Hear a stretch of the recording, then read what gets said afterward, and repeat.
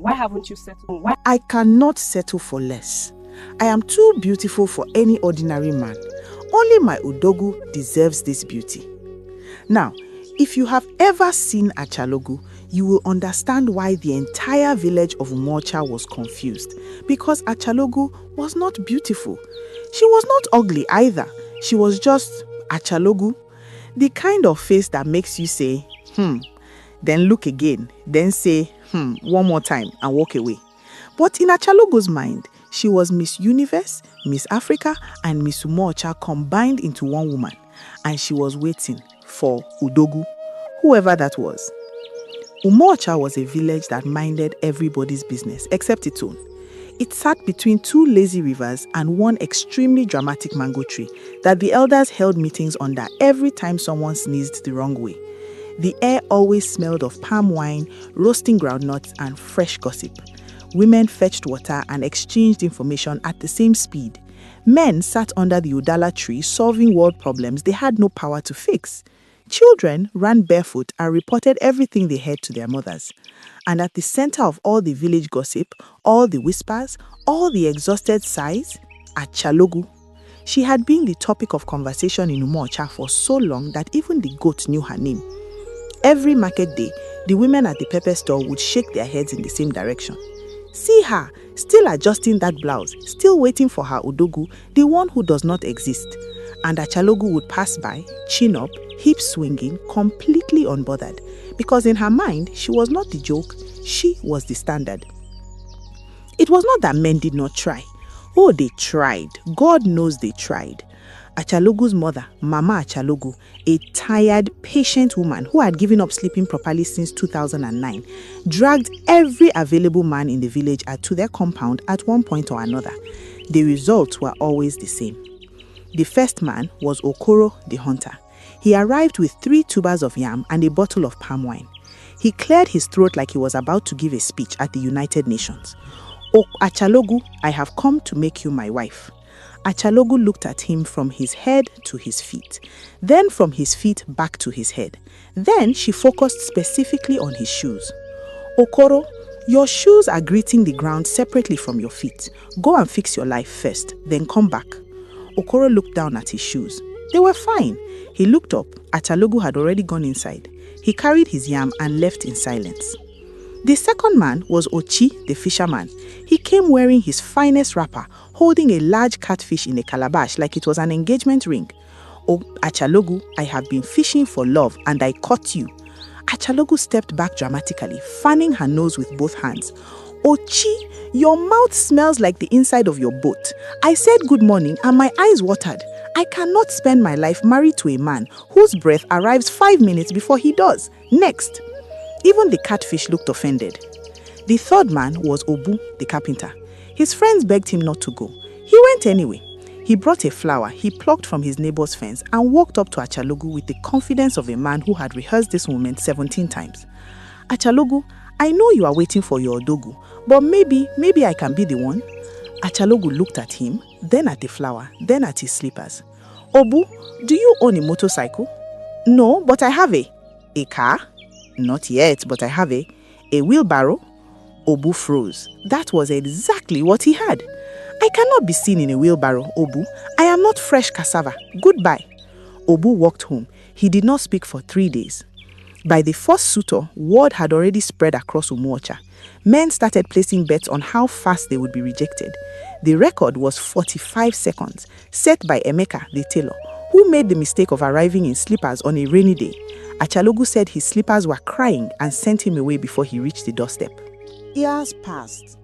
Achalugo's mates began to marry, one by one, like ripe mangoes falling from a tree. Adam married the school teacher.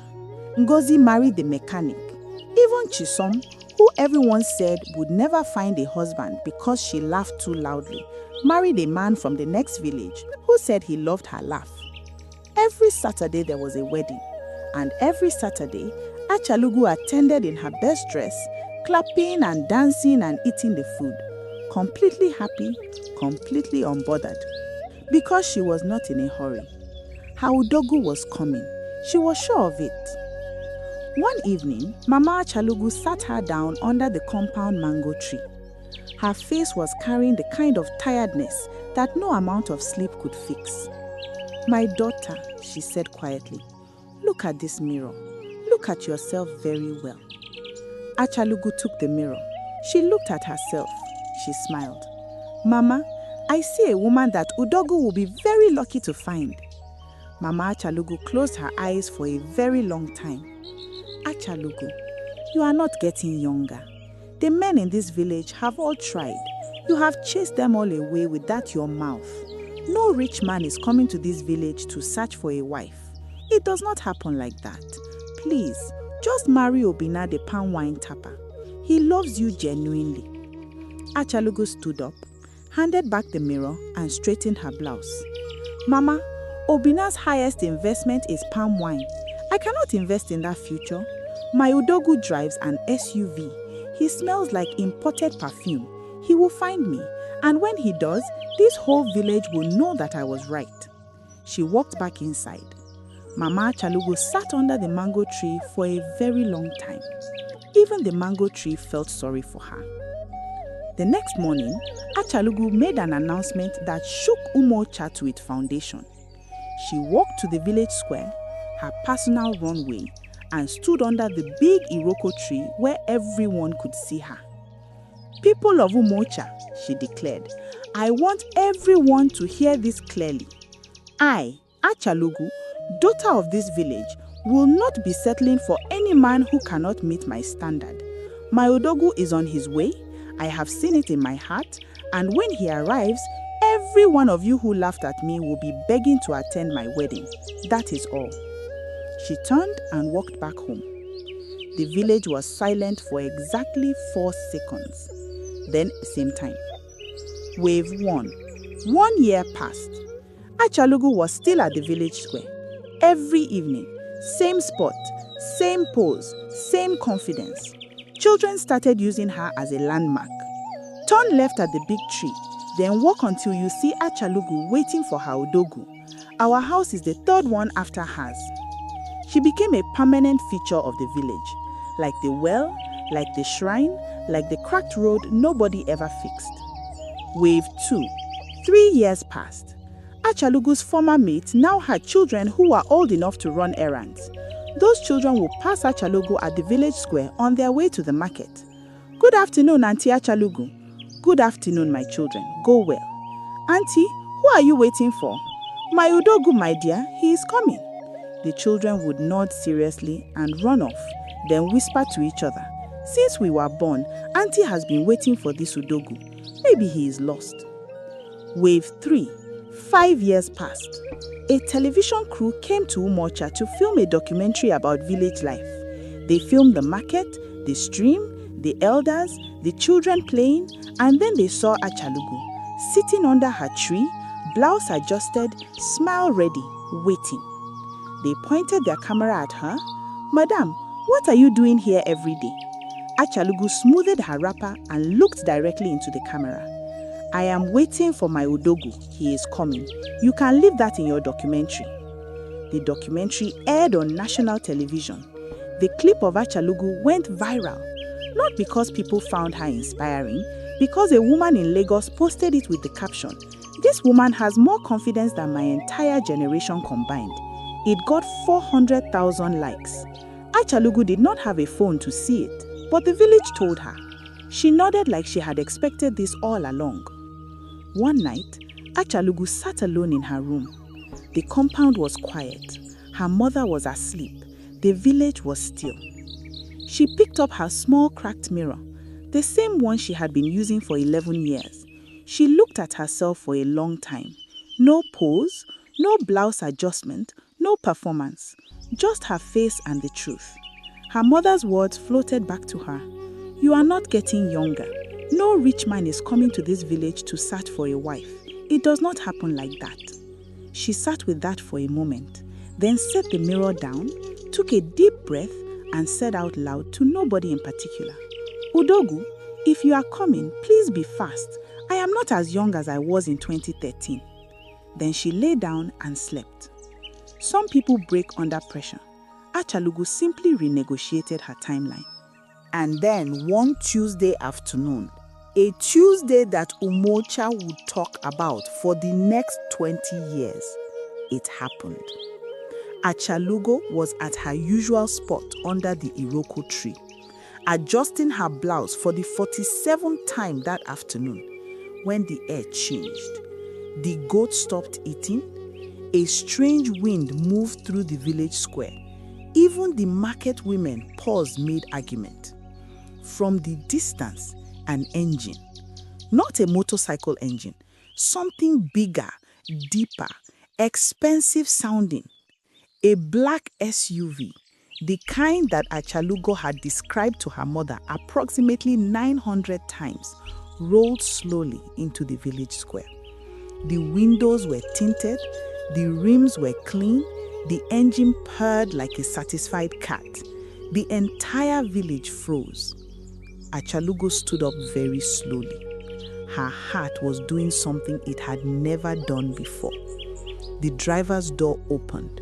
A man stepped out, tall, well-dressed, smelling even from a distance like something imported and expensive. He removed his sunglasses. He looked around the village square, and then his eyes landed on Achalugo. He walked toward her with the kind of confidence that only comes from a man who has never once worried about his next meal. "Excuse me," he said. "I am looking for a woman named Achalugo." The entire village leaned forward at exactly the same angle. Achalugo's mouth opened, then closed, then opened again. I am she managed. The man smiled. "My name is Udogwu, Emmanuel Udogwu. I saw a video of you on the internet, the documentary. I watched it 17 times. Somewhere behind Achalugo, a market woman knocked over her entire basket of tomatoes. He watched it 17 times, he said, and each time he saw something rare. A woman so sure of herself that the whole world's laughter could not move her even 1 inch. He had been looking for a woman like that his whole life." Achalugo blinked. She looked at the SUV. She looked at his shoes, clean, expensive, matching his belt exactly. She looked at his watch. She looked back at his face. Then she did something the village had never seen her do in 11 years of waiting. She started to cry. Not because she was sad, but because the thing she had told everyone for 11 years, the thing they had laughed at, mocked, whispered about, filmed for documentaries, had just walked into the village square in a black SUV and asked for her by name. The village of Umu-Ocha stood in complete, total, magnificent silence. Then, Mama Achalugo appeared from behind the crowd. She looked at the man, she looked at the car, she looked at her daughter. She turned around and walked back home. And from inside the compound, the entire village heard her say very clearly, "God, you waited until I had no more hair left to gray, but okay, thank you." Okoro the hunter, who had been rejected in 45 seconds, was sitting under the udala tree when he heard the news. He stood up, sat back down, stood up again.